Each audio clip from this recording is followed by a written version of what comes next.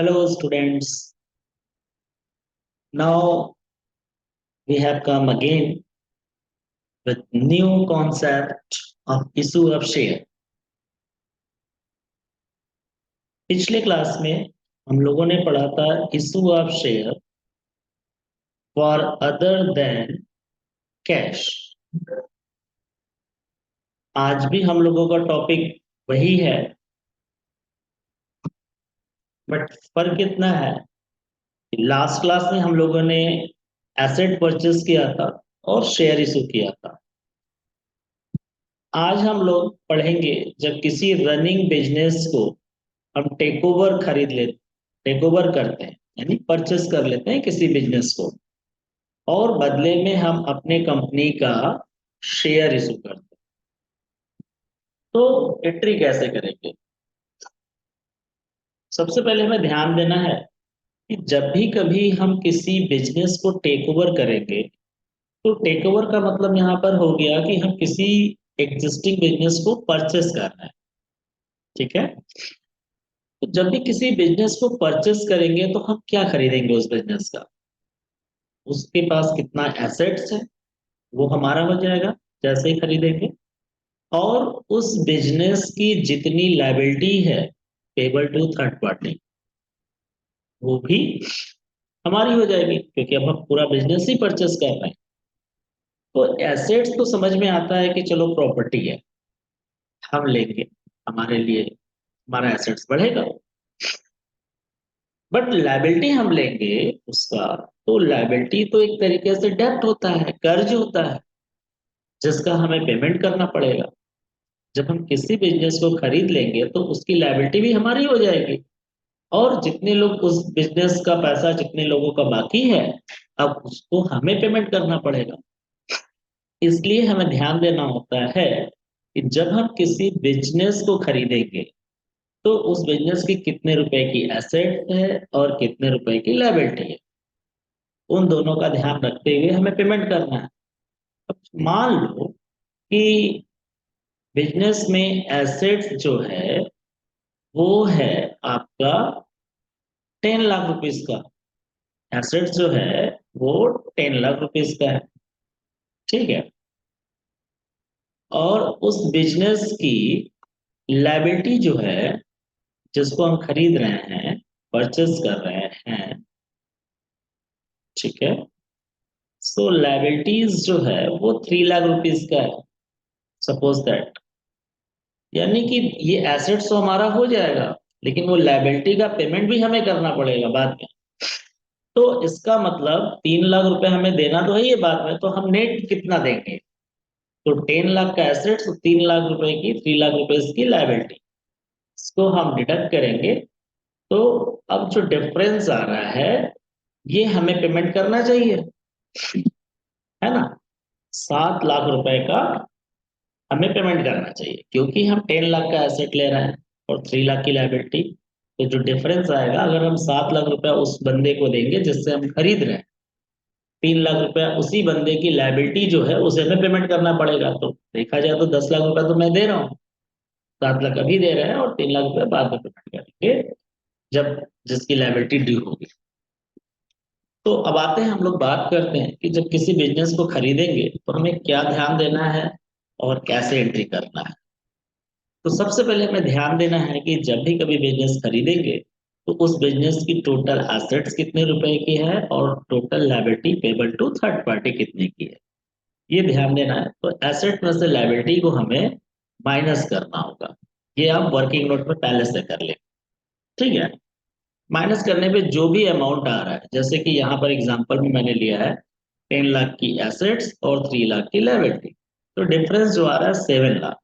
तो ये जो डिफरेंस आता है, इस डिफरेंस को हम कहते हैं नेट एसेट्स, यानी उस बिजनेस की नेट एसेट्स जो आ रही है, हम जो खरीद रहे हैं वो है 7 lakh, for example as per numerical. तो यानी कि नेट एसेट का फॉर्मूला अगर हमें पता करना पड़े, तो नेट एसेट्स को, जिसको हम कैपिटल एम्प्लॉयड भी कह सकते हैं,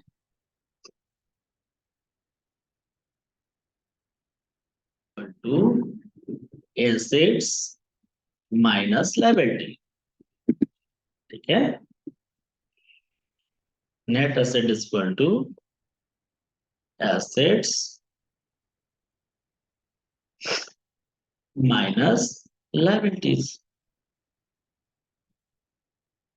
ठीक है, तो ये बात तो क्लियर हो गई कि जब हम किसी बिजनेस को परचेस करेंगे, टेक ओवर करेंगे, तो पहले हमें उसका नेट एसेट निकालना चाहिए।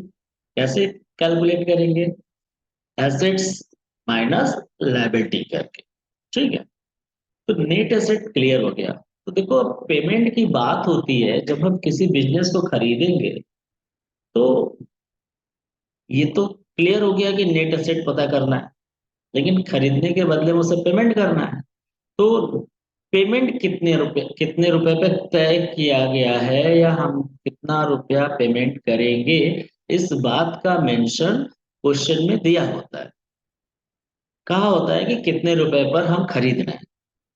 ठीक है, यानी देखा जाए तो नेट एसेट तो ठीक है, हमने निकाल लिया, लेकिन बात ये होती है कि तय कितने रुपए पर हुआ, है ना? तो जितना रुपया हम पेमेंट करेंगे उसे हम कहते हैं परचेज कंसिडरेशन। क्या कहते हैं? Purchase consideration.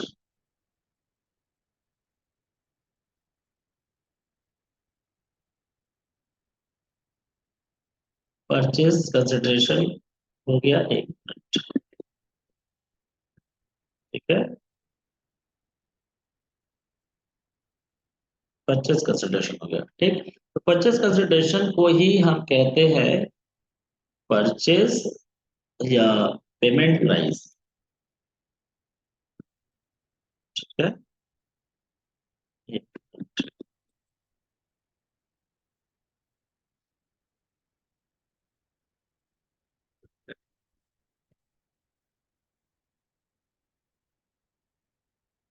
पेमेंट प्राइस यानी कितना रुपया हम पेमेंट कर रहे हैं, उसे हम कहेंगे परचेज कंसिडरेशन।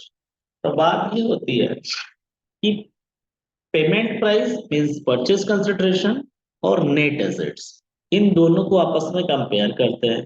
मतलब कितने रुपए का नेट एसेट है और हम बदले में कितना पेमेंट कर रहे हैं। तो तीन बातें हो सकती हैं, या तो जितने रुपए का नेट एसेट है हम उतना ही पेमेंट कर रहे हैं, या तो हम नेट एसेट की वैल्यू से ज्यादा पेमेंट कर रहे हैं, या तो नेट एसेट्स की वैल्यू से हम कम पेमेंट कर रहे हैं। तो ये तीन में से कोई एक इंफॉर्मेशन मिलेगा। तो अब बात आती है कि क्या कंडीशन आएगा जब हम ज्यादा या कम पेमेंट करेंगे। तो तीन चीजें होती है, यहाँ पे देखिए आप। पहला कंडीशन, नेट एसेट अगर हमारा उतना ही है जितना हम पेमेंट कर रहे हैं, पेमेंट प्राइस या हम परचेज कंसिडरेशन कह सकते हैं। तो इसका मतलब 7 लाख रुपए का फॉर एग्जांपल हमने अगर खरीदा, नेट एसेट 7 लाख रुपए ही दे रहे हैं, तो ये आसान है। लेकिन दूसरा तरीका है कि अगर नेट एसेट्स की वैल्यू ज्यादा है और हम पेमेंट क्या कर रहे हैं, कम कर रहे हैं, पेमेंट प्राइस जो है वो हमारा कम है, तो जितना हम कम पेमेंट करेंगे, ठीक है, जितना हम कम पेमेंट करेंगे वो हमारे लिए फायदा होगा, प्रॉफिट होगा, जिसको हम कैपिटल रिजर्व में ट्रांसफर करेंगे। तो ये कब होगा? जब हमारा पेमेंट कम हो। मान लो 7 लाख का एसेट्स लिया हमने, नेट एसेट्स, और हम पेमेंट में 6 लाख रुपीज दे रहे हैं, तो 1 लाख रुपए का हमारा कैपिटल रिजर्व होगा। ठीक है, बात है तीसरे नंबर पे कि अगर हमारा नेट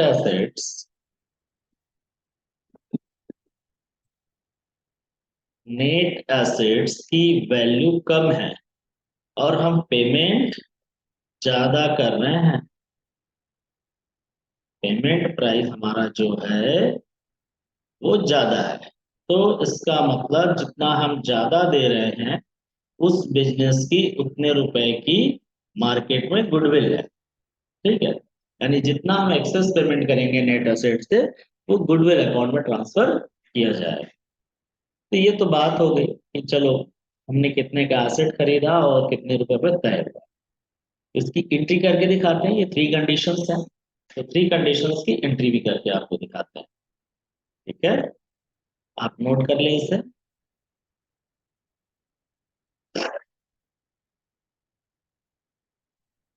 कंडीशन वन, मान लेते हैं कि किसी बिजनेस का हम सन्ड्री एसेट्स परचेस कर रहे हैं, मतलब टेक ओवर कर रहे हैं।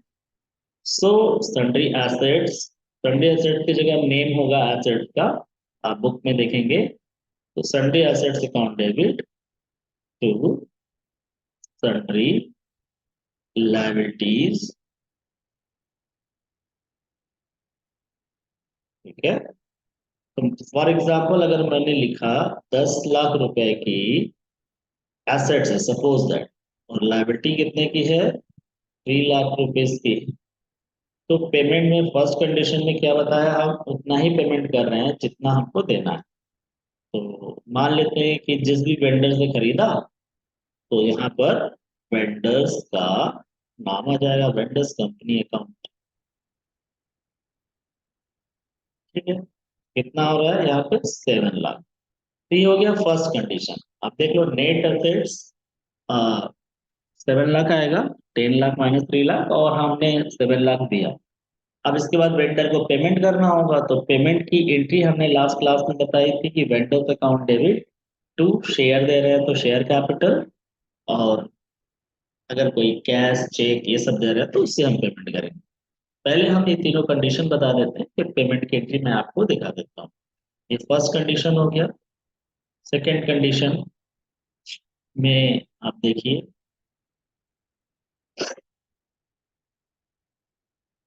सपोज दैट हमने सन्ड्री एसेट्स हमने लिया सेम अमाउंट 10 लाख, ठीक है। And sundry liability,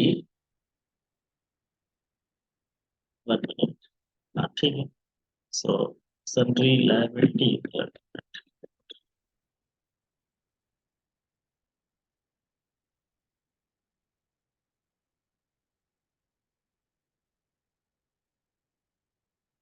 sundry liabilities account 3 lakh, ठीक है। तो देना चाहिए कितना हमें, 7 लाख। मान लो तय हुआ वेंडर को जो हमें देना है, क्वेश्चन में लिखा है कि वेंडर्स कंपनी को हम जो पेमेंट कर रहे हैं वो आपका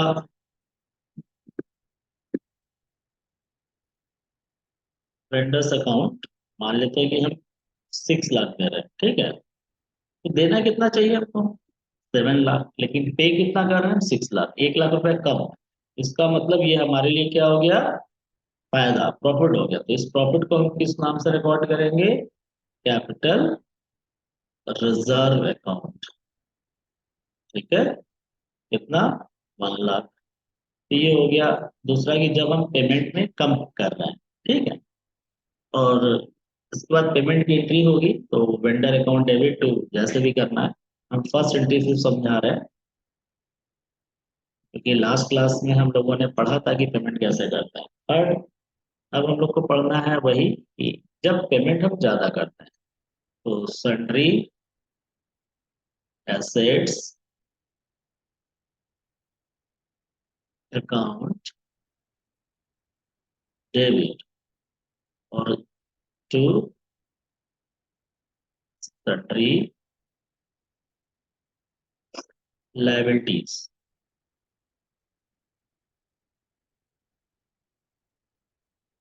ठीक है। तो मान लेते हैं यहाँ हमने 10 लाख रुपए का एसेट्स लिया, और यहाँ 3 लाख रुपीज की लायबिलिटी। लेकिन वेंडर को जो पेमेंट करना है वो तय हुआ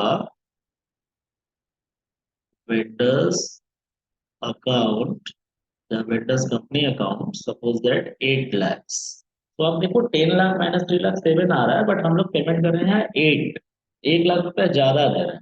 तो इसका मतलब 1 लाख रुपया ज्यादा जो दे रहे हैं वो किस चीज का दे रहे हैं, उसकी गुडविल का। तो यहाँ पर गुडविल अकाउंट डेबिट कर देंगे, ठीक है, कितने रुपए से, 1 लाख रुपए से।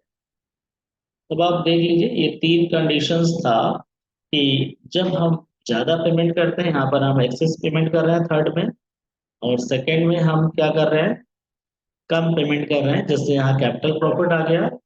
एंड फर्स्ट कंडीशन में हम जितना आ रहा है डिफरेंस उतना ही पेमेंट कर रहे हैं, ठीक है। अब पेमेंट के लिए हम क्या करेंगे, तो आपको पता है कि पेमेंट में क्या होता है कि यहाँ पर वेंडर वेंडर्स अकाउंट डेबिट, कितना देना है यहाँ, 7 लाख। अब पेमेंट में क्या दे रहे हैं हम, अगर हम शेयर कैपिटल दे रहे हैं तो हम शेयर कैपिटल लिख देंगे, शेयर इशू कर रहे हैं तो। जैसा कि हमने अगर पार पे इशू कर रहे हैं तो पार वाला बस 7 लाख 7 लाख लिख लेंगे। अगर प्रीमियम पे दे रहे हैं तो टू सिक्योरिटी प्रीमियम नीचे लिख देंगे और कैपिटल में पैसा कम हो जाएगा। अगर हम चेक से दे रहे हैं तो वेंडर डेबिट टू बैंक कर देंगे। तो already you are knowing in purchase of assets, I have taught कि जब हम एसेट परचेस करते हैं तो उसको वेंडर को पेमेंट कैसे करते हैं। तो सेम पेमेंट का प्रोसेस होगा, यहाँ पर भी वही प्रोसेस होगा। सन्ड्री एसेट्स में ये पेमेंट करने के लिए यहाँ पर वेंडर अकाउंट डेबिट कर देंगे हम 6 लाख, और to share capital security premium तब लिखेंगे जब हम प्रीमियम पे इशू करेंगे।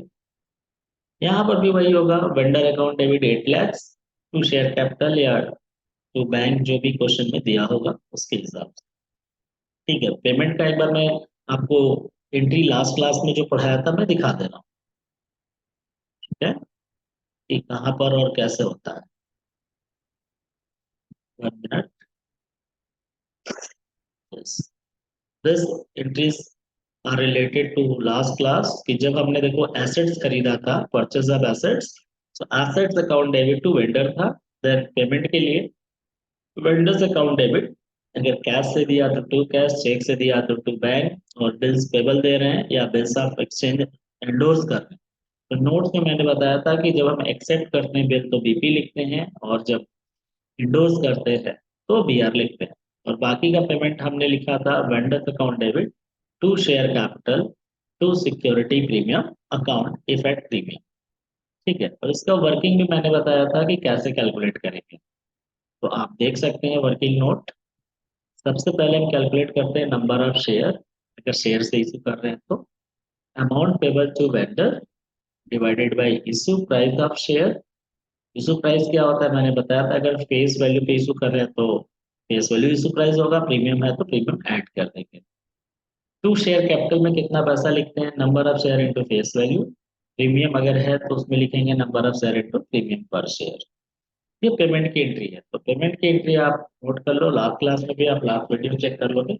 सो ओके स्टूडेंट, तो आप अच्छे से प्रैक्टिस कीजिए और कमेंट में लिखिए अगर और ऐसे वीडियोस चाहिए। लाइक करो, शेयर करो ज़्यादा से ज़्यादा, ताकि आपके पास वीडियो आ सके। सब्सक्राइब करो ताकि जितना भी नया वीडियो मैं शेयर पे प्रिपेयर करता हूँ, बनाता हूँ, वो सब आप तक पहुँचे।